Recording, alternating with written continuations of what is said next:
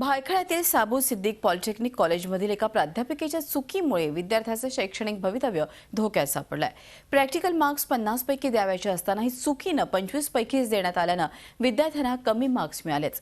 चूक नसतानाही शिक्षा भोगावी लागत असलेले विद्यार्थी न्यायाच्या प्रतीक्षेत आहेत।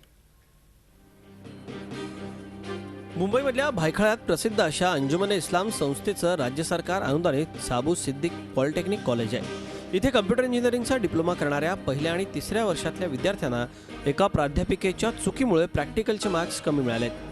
पहिल्या सत्राच्या बेसिक वर्कशॉप प्रॅक्टिस आणि 5व्या सत्राच्या प्रोफेशनल प्रॅक्टिस या विषयांना प्रॅक्टिकल मार्क्स 50 पैकी द्यायचे असताना विभाग प्रमुख झैबुन्निसा मलिक यांनी 25 पैकीच दिलेत। त्यामुळेच विद्यार्थ्यांचे सरासरी 3% मार्क्स कमी झालेत। तिसऱ्या वर्षात शिकणाऱ्या विद्यार्थ्यांना जर डिग्री कॉलेजमध्ये प्रवेश घ्यायचा झाला तर कमी मार्क्स मिळाल्यानं त्यांचा प्रवेश हुकण्याची शक्यता आहे। विद्यार्थ्यांचं नुकसान टाळण्यासाठी कॉलेजनं राज्य तंत्र शिक्षण बोर्डाला ही चूक कळवली आहे।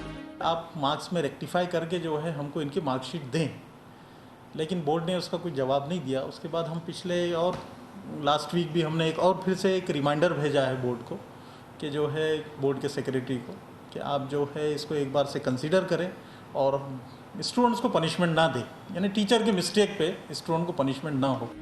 प्रॅक्टिकल मार्क्स प्राध्यापकांच्या हातात असल्यामुळे या संपूर्ण प्रकरणावर पुढे येऊन बोलायला विद्यार्थी घाबरतायत। पण काही विद्यार्थी संघटना मात्र या विरोधात मैदानात उतरल्यात।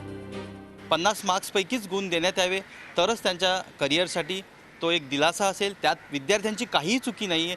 ही चुकी पूर्णपणे विभाग प्रमुख म्हणजे संगणक विभागाच्या ज्या विभाग प्रमुख आहेत साबू सिद्दीकी कॉलेजच्या त्यांची ही चुकी आहे।